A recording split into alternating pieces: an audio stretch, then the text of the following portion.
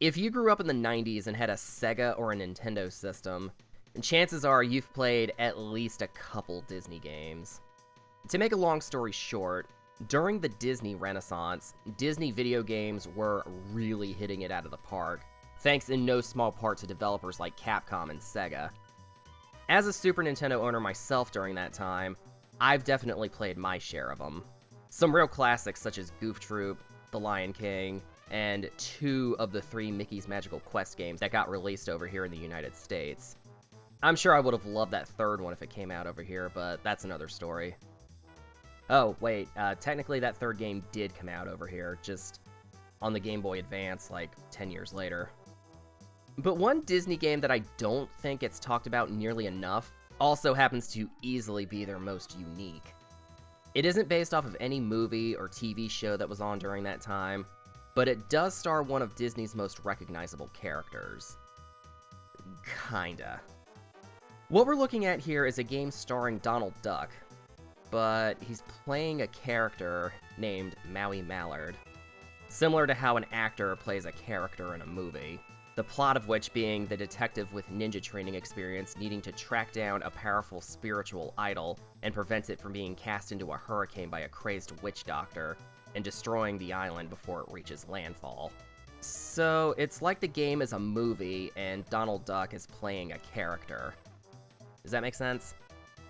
In this sense, he's playing a very obvious spoof of 80s detective shows like Magnum P.I. Yeah, imagine hearing monologues like this in Donald Duck's voice.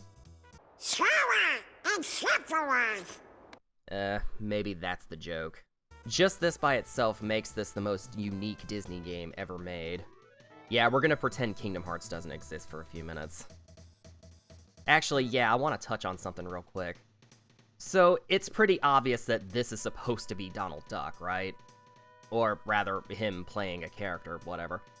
Even as a 7-year-old kid, I could tell that this was supposed to be Donald Duck. Anyone with eyes and ears and a tertiary knowledge of Disney can tell you that.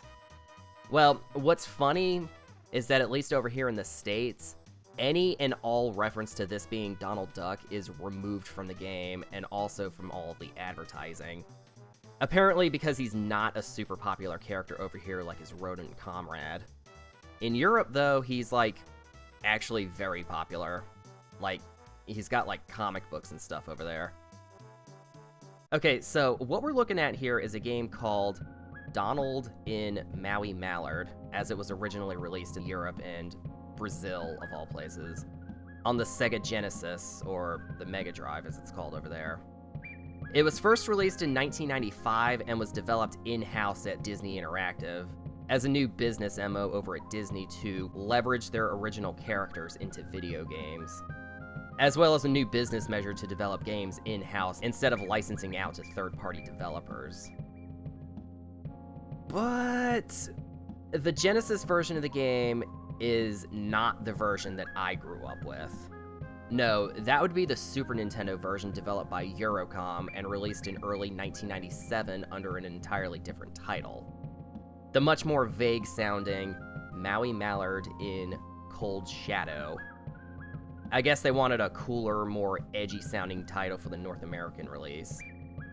The Sega version didn't get a physical release over here, but it was playable, apparently only on the Sega Channel online service. There was also a version of it for the original Game Boy and the PC, the latter of which I actually did own. More on that later. At least if it had released under its original title over here, it would have been a little more obvious that this is Donald Duck playing a metafictional character in a metafictional role. Or, at least that's what I always got from it. Though I can also imagine that maybe the title was changed over here because Disney higher-ups didn't like the idea of one of their characters running around with a gun. Even if it's not an actual gun. Something the manual even pokes fun at. Which, I suppose, makes for a lovely segue to talk about the gameplay finally, huh? If you couldn't tell by looking at it, Cold Shadow is a side-scrolling platformer with run-and-gun elements. This first level is exclusively a run-and-gun sort of affair, but in the second level, we get the main gameplay shake-up and we get introduced to Maui's ninja form. Now, I've heard online that the game's American title, Cold Shadow, is supposed to be the name that Maui takes when he's in his ninja alter ego disguise, but I didn't see anything in the game's instruction manual about it, which is where almost all of the story bits are relegated. Either that being his name in the disguise was removed from the American release, or the internet's remembering it wrong. Oh, hang on, what's that? Oh, okay, apparently the PC version's manual does call him Cold Shadow. Oh, okay then. So how does the game play, you might be asking? Just remember that this is the Super Nintendo version we're looking at, so all of the comments I make on the controls and stuff is related to that version. I never played the SEGA version, so I can't comment on that one. It's a pretty basic side-scroller from the SNES era, and for the most part, it controls well enough. But a problem I've run into pretty consistently is that it's not always 100% clear on what platforms you can and can't jump on. I can't tell you the amount of times it looked like I was going to land on a platform just to slip right through it, just because I wasn't approaching it at the right height. The hit detection on enemies can also be pretty iffy at times, especially on the ninja. I'll get more onto him later. Going back to the run and gun elements part of the game real quick, Maui's golden gun fires bugs, not bullets. Your standard bug ammo fires straight ahead of you like you would expect, and it can regenerate up to 50 shots. You can also find lightning bugs and fire bugs. The lightning bugs fire 3 lightning bolts at a short distance, and the fire bugs home in on enemies. You can also combine both together to also home in on enemies, but also circle around you when they aren't homing in on enemies. Now, running and gunning isn't the only thing this game will have you do, of course. In the game's second main level, you gain access to Maui's ninja costume, which brings with it a whole new skill set. Instead of the bug pistol, you'll now use a bow staff to fight enemies, as well as swing on special hooks and cling to walls that are close together. Gathering yin-yang tokens allows you to stay in the ninja costume longer, and the more you have, the longer you can string attacks together. These combos cost about 10 tokens each, so you'll want to make sure you gather plenty of them. The Sega and PC versions had a dash ability that was absent from the Super Nintendo version due to the system's technical limitations, but pressing the left and right shoulder buttons does allow you to do this spin, which I only found out existed while doing research for this video. Even then, I didn't personally find it too useful since enemies can still hit you while you're spinning. Playing as the ninja is where most of my issues with the game's hit detection show themselves. Even with the longer combos at your disposal, you're really just trading blows with your enemies until one of you dies. Enemies can hit you mid-combo too, so yeah, that's fun. Hey, Editing Tom here.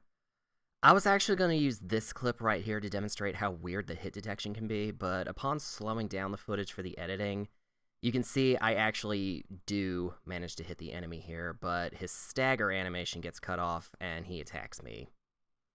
I don't know, I think the character animations in this version of the game would just have some frames missing. Just one of the myriad of differences between versions, I guess. Okay, back to the video. Levels are broken up into multiple stages, and the last stage of level 2 places you in an enemy gauntlet that you have to clear before you can finish the level, effectively acting as the level's boss fight. The enemies get progressively tougher, and while you are occasionally given health pickups to recover lost health, you aren't given any of those zombie dust bags that increase your maximum health. Standing on higher platforms isn't feasible either because you have these walls of fire that'll come out. I guess that's just this game's way of preventing you from cheesing this fight. Also, everything in this segment damages you, even just the enemies appearing on screen. There are no checkpoints for this gauntlet, so you gotta do this all in one go, and I wouldn't be surprised if this ended up being a roadblock for younger players. I genuinely don't know if I ever beat this section legit as a kid, even by just cheesing the fights by crouching and attacking, which I'm not even 100% sure even works. Yeah, if this game didn't have level passwords, I doubt I ever would have seen all the levels in the game. Yep, you heard that right, I said passwords. And getting them is a whole ordeal in and of itself, at least in the Super Nintendo version. Throughout each level, you need to grab a certain amount of treasure. At the end of each level, it gets tallied up, and if you have enough, you can enter a bonus level. Frankly, if you're even making the slightest effort to grab everything that you can, you're almost guaranteed to get entry into the bonus level. In the Super Nintendo version, you have to launch 6 rockets in a 2-minute time limit, and if you succeed, you get a password. But if not, you don't. I don't know how I managed to get my hands on these passwords as a kid, but that's how I was able to see the rest of these levels back then. I even struggled to get one single password during my recording sessions for this video. But hey, the internet exists and the passwords don't ever change, so there's that. Sometimes the platforming is broken up by entirely different gameplay styles. Like in the 5th level, you'll have stages where you're on a bungee cord. The developer stated that one of the games they took inspiration from was Earthworm Jim, and you can really see said inspiration in these sections. Apparently, this level is totally different in the SEGA version, which makes sense since this isn't a one-to-one translation. Remember, the Super Nintendo version was made by a different developer in another part of the world, so a lot of the level layouts are totally different. Oh, also, I forgot to mention this earlier, but Disney Interactive actually canceled the home console releases here in the States. It was actually none other than Nintendo themselves who published the Super Nintendo version here. Just thought that was interesting. Oh, I haven't had a chance to bring this up yet, but oh man, this is a good-looking game. It's a late-era 16-bit console game. I usually see 2D games from around that time look really good, but that Disney production value really adds to the overall presentation. Maui himself animates with a high amount of squash and stretch. It's honestly pretty impressive that they were able to do this on 16-bit machines back then. Going back over to the gameplay, another standout moment is towards the end of level 4. You're standing on a rock in an erupting volcano and have to dodge low-hanging ceilings so you don't get crushed, which, again, is different from the SEGA version's levels. The mini-boss in the SEGA version also looks a lot freakier than the one in the Super Nintendo version. These sections are fun right up until the very ending where it speeds up on you, and being even the slightest bit too slow or fast instantly costs you a life. This video won't be an exhaustive list of all the changes between versions, but I will point out some of the ones that really stand out, like level 5's boss being totally different, and the music that plays in level 6 being completely different in the Super Nintendo version. Here, take a listen to the SEGA version.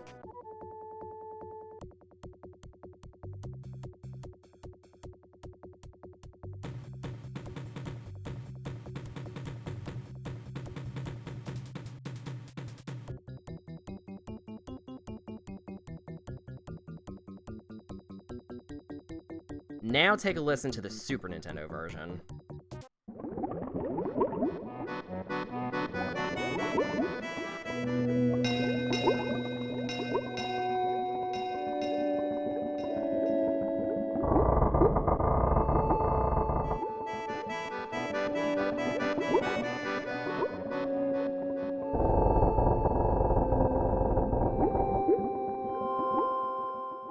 It's a lot drearier and more atmospheric, and in my opinion, I feel it fits a lot better.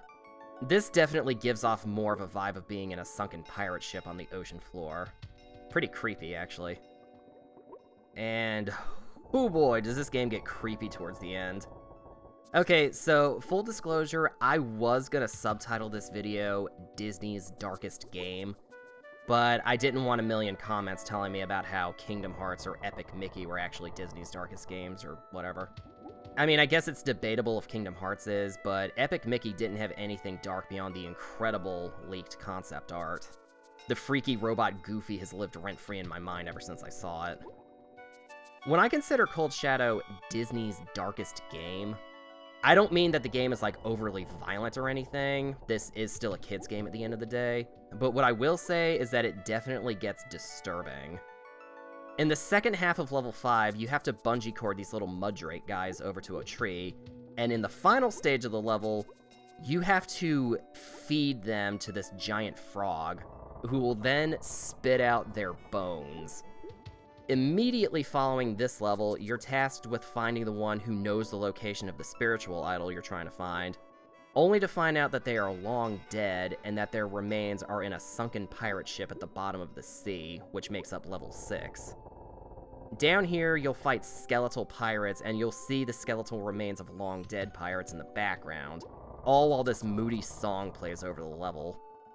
This all leads into what I personally consider the coolest level in the whole game, level 7, where you have to take the remains of the spiritual leader into the realm of the dead and lay them to rest. Just look at this.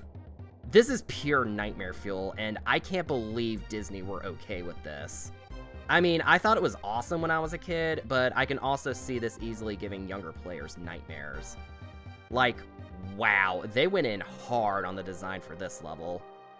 And if that wasn't enough, you fight zombies who slowly disintegrate when you hit them, and their death animation is their flesh falling all the way off and leaving behind a skeleton.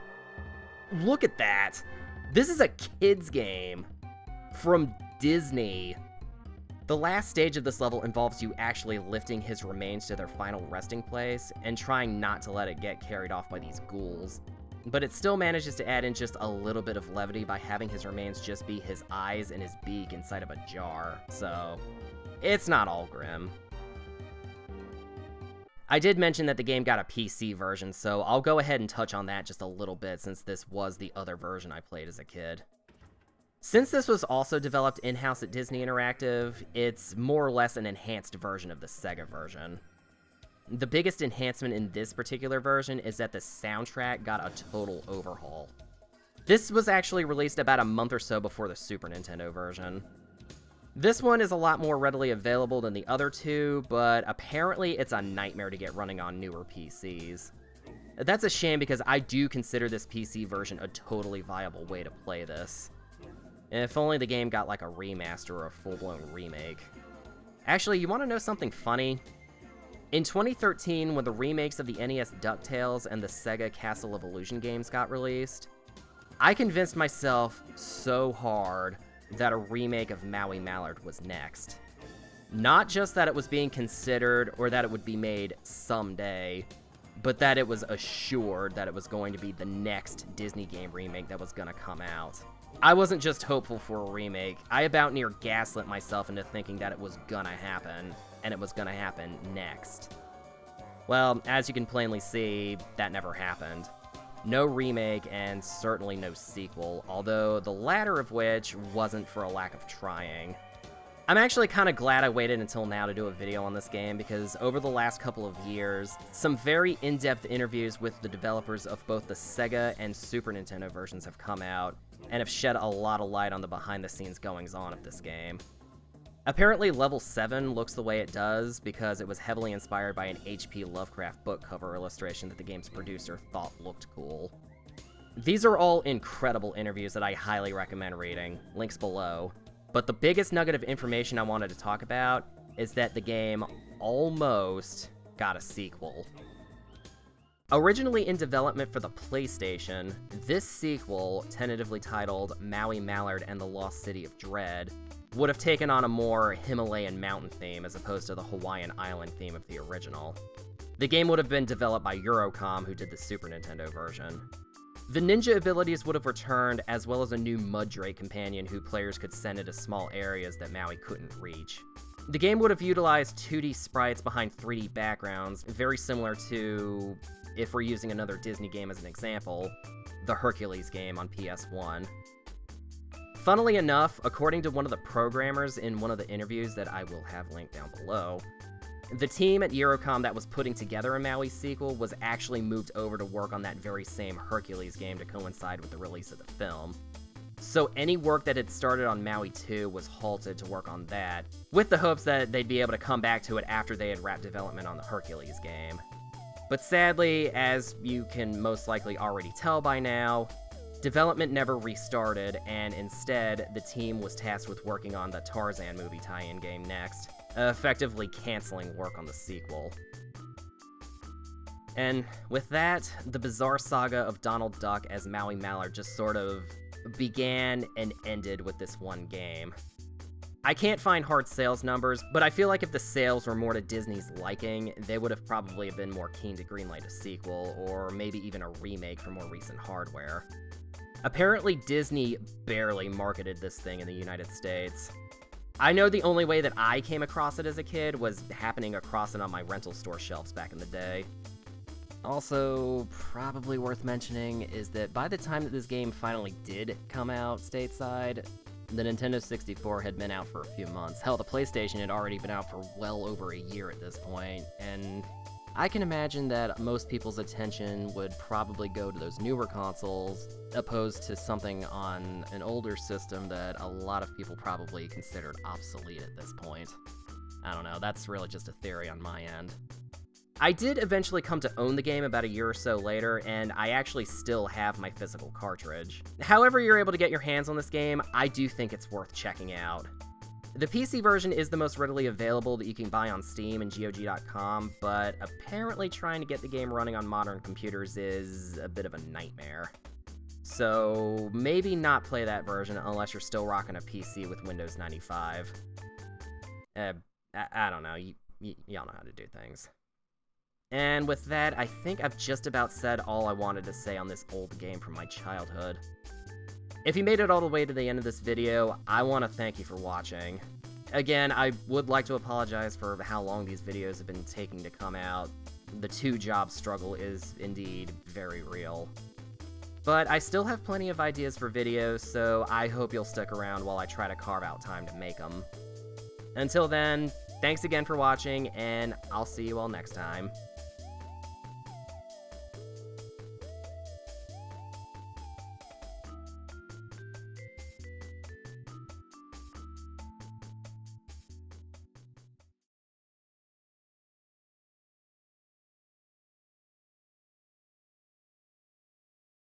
This might be a good spot to find some ingredients.